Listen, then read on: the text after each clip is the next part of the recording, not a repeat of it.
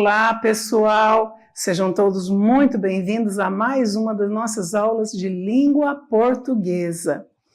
Sou a professora Maristela Marchante. Hoje na aula nós vamos estudar, vamos ver nossa aula de hoje. Hoje é dia da aula 51, revisão e avaliação. Então vamos para a nossa aula. Muito bem, hoje nós temos a revisão e a avaliação da unidade 3 e vamos falar sobre sujeito. Vamos lá? Então a nossa revisão ela se concentra no conteúdo sujeito, tipos de sujeito. Então é isso que vai constar na avaliação de vocês. Sujeito simples, então nós vamos rever um pouco daquilo que nós já estudamos. Quando o verbo principal de uma oração faz referência a um sujeito de núcleo único, aí então é um sujeito simples. Temos aí sujeito simples. Núcleo do sujeito é a palavra principal e mais importante. Dentro do sujeito pode ter uma palavra, duas, três, mas uma delas é a mais importante. Então esta palavra é o núcleo do sujeito. É importante referir que um sujeito simples não é necessariamente representado por apenas uma palavra ou por um termo flexionado no singular. Então, pode aparecer um sujeito simples e ele pode aparecer com mais de uma palavra. Pode ser representado por apenas uma palavra ou por outros termos. Então, não é necessário que seja apenas uma palavra, certo? Compare os exemplos abaixo. Rita disse que vai chover. Rita disse que vai chover. Rita disse, tá aqui, que vai chover já é outra coisa, né?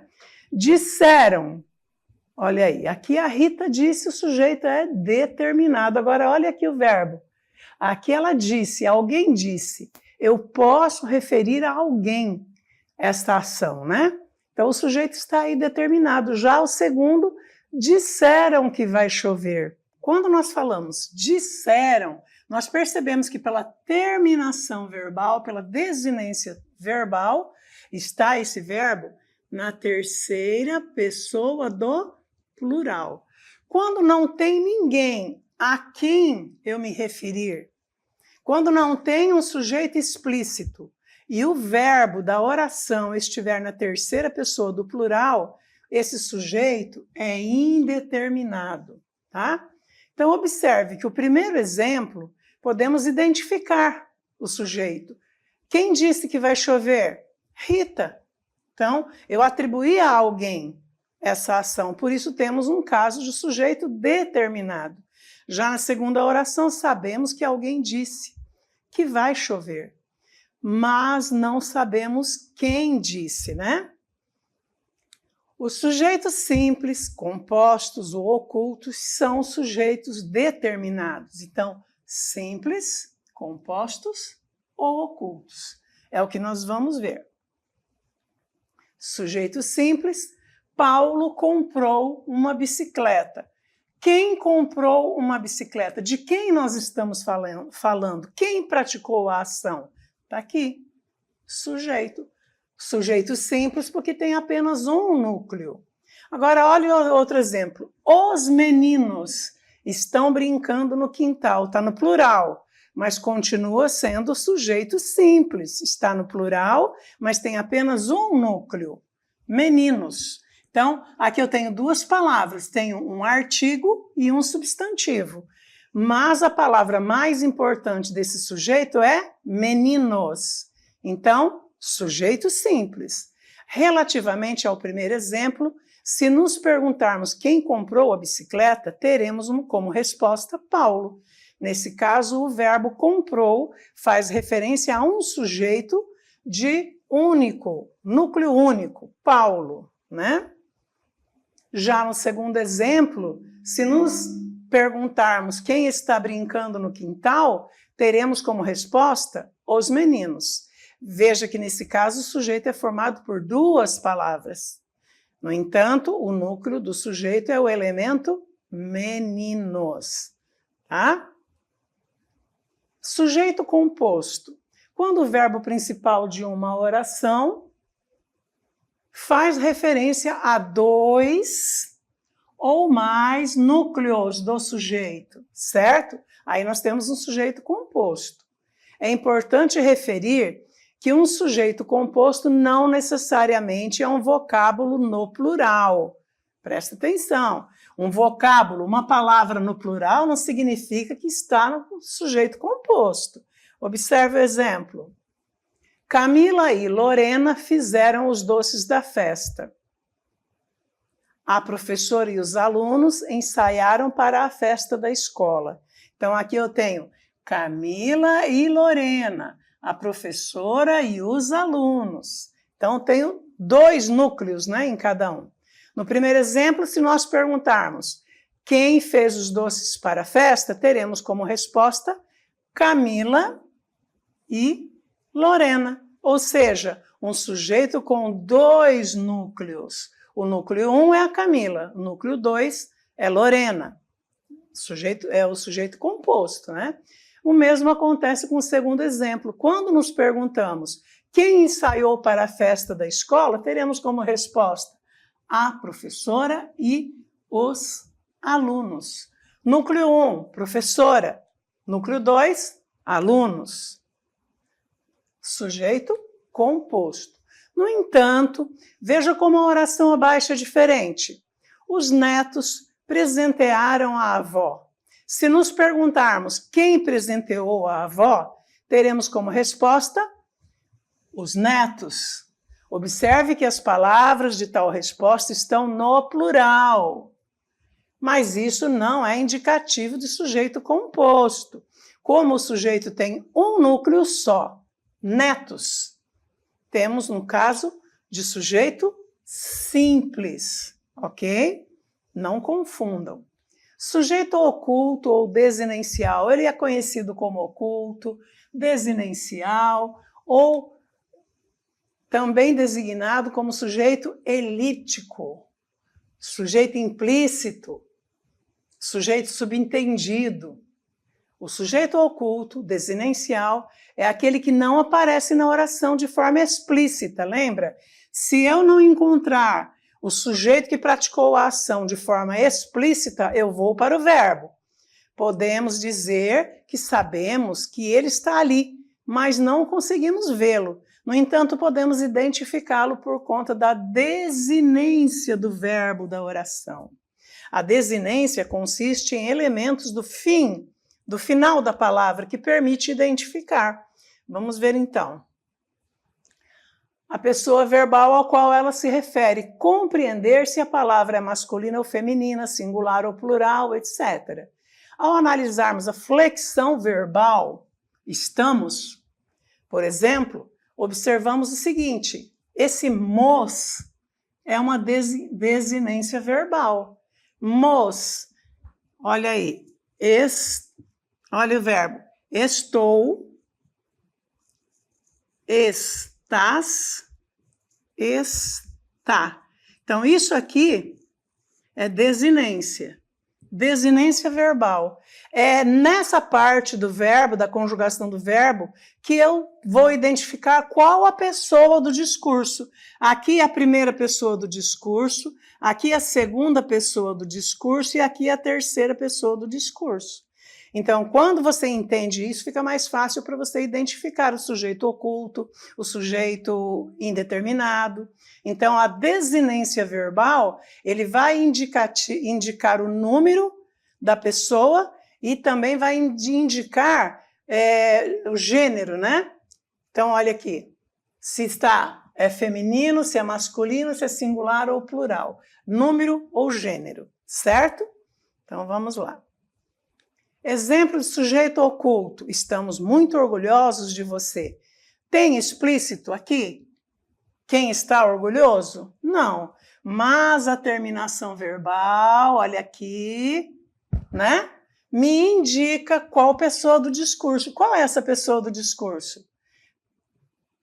Nós estamos, né? Então é a primeira pessoa do plural. Se é primeira pessoa do plural e não tem o sujeito explícito aqui do ladinho, ele está oculto, aí é o sujeito oculto. Deixei minha chave em casa. Olha aí. Aqui eu tenho também, ó, desinência verbal. Aqui está na primeira pessoa do singular, eu.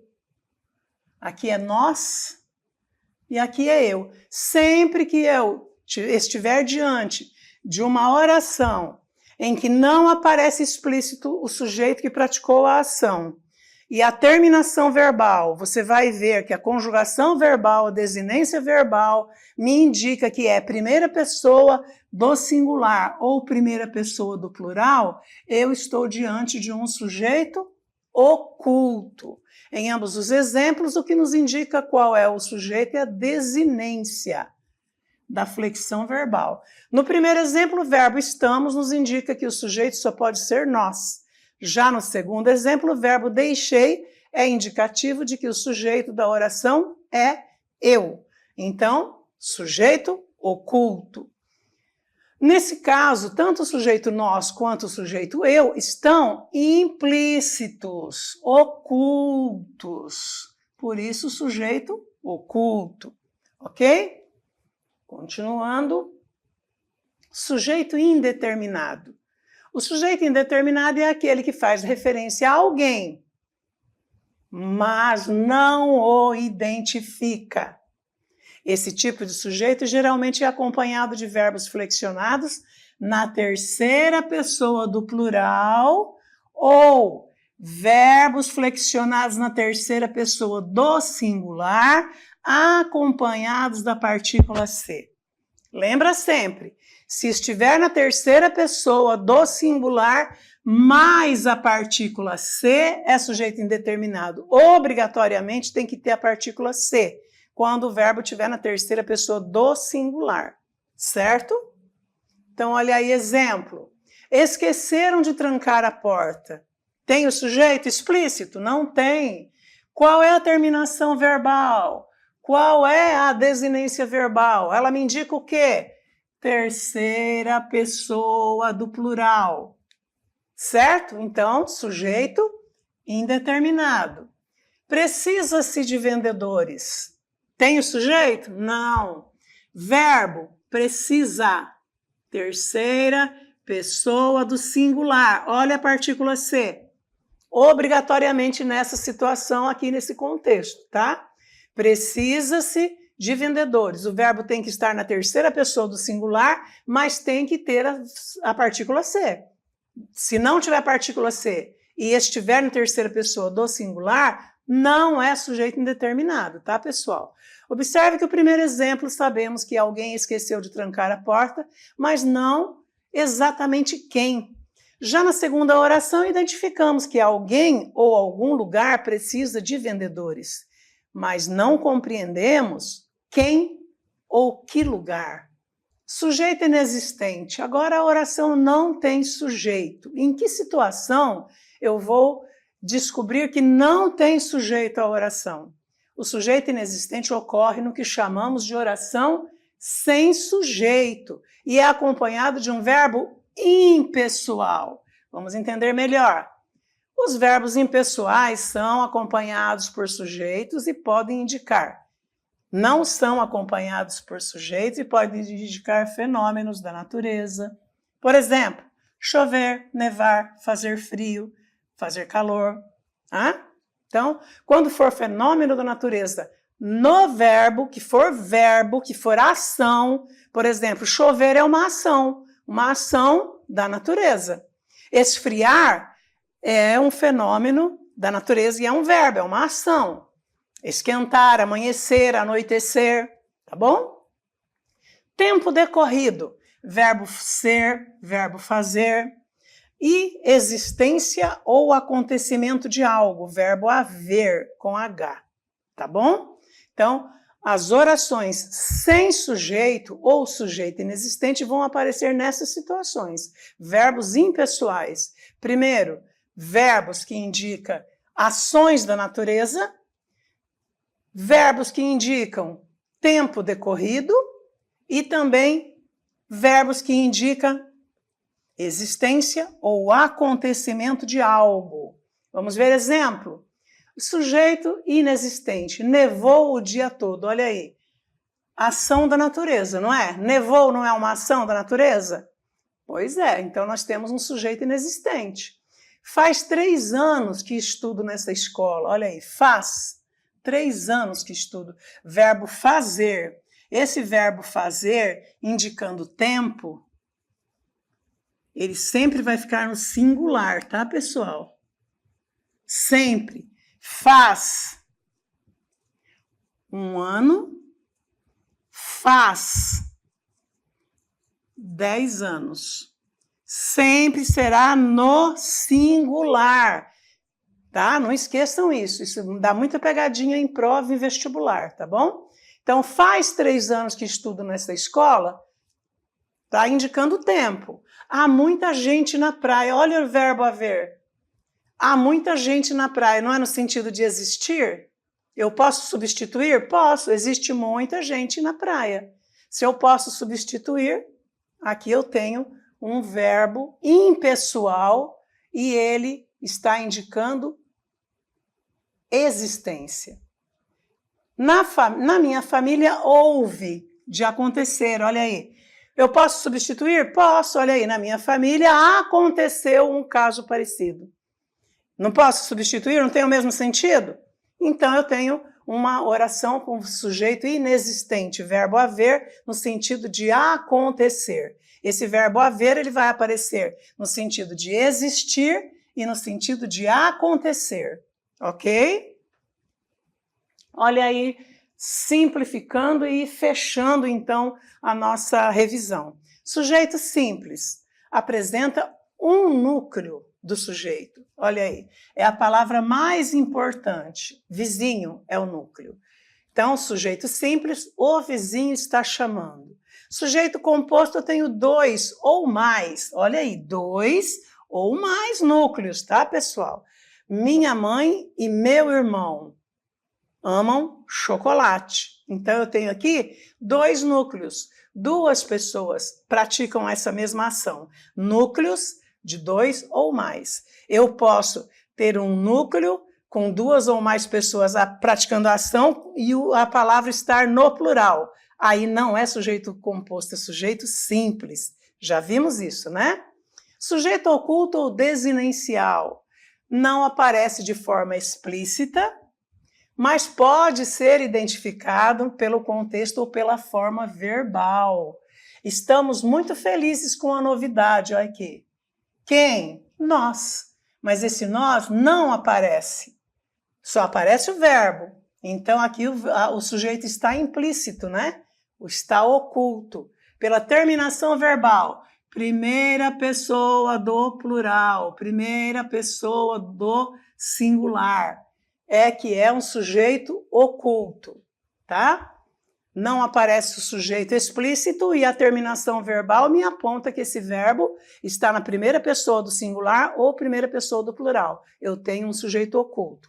Sujeito indeterminado não pode ser identificado nem pelo contexto, nem pela forma verbal. Vive-se, olha aí, verbo na terceira pessoa do singular, mais a partícula se, não esqueçam, certo? Sujeito inexistente ocorre nas orações sem sujeito, que apresentam verbos impessoais. Quais são? É o que indica fenômeno da natureza, tempo decorrido, tá? E haver ou acontecer, ou de acontecer e de existir. Choveu, fenômeno da natureza. Então, nós podemos ver que choveu é um fenômeno da natureza, é verbo indicando a ação da natureza. Então, eu tenho uma oração sem sujeito, ok? Espero que vocês tenham compreendido. Obrigada pela atenção.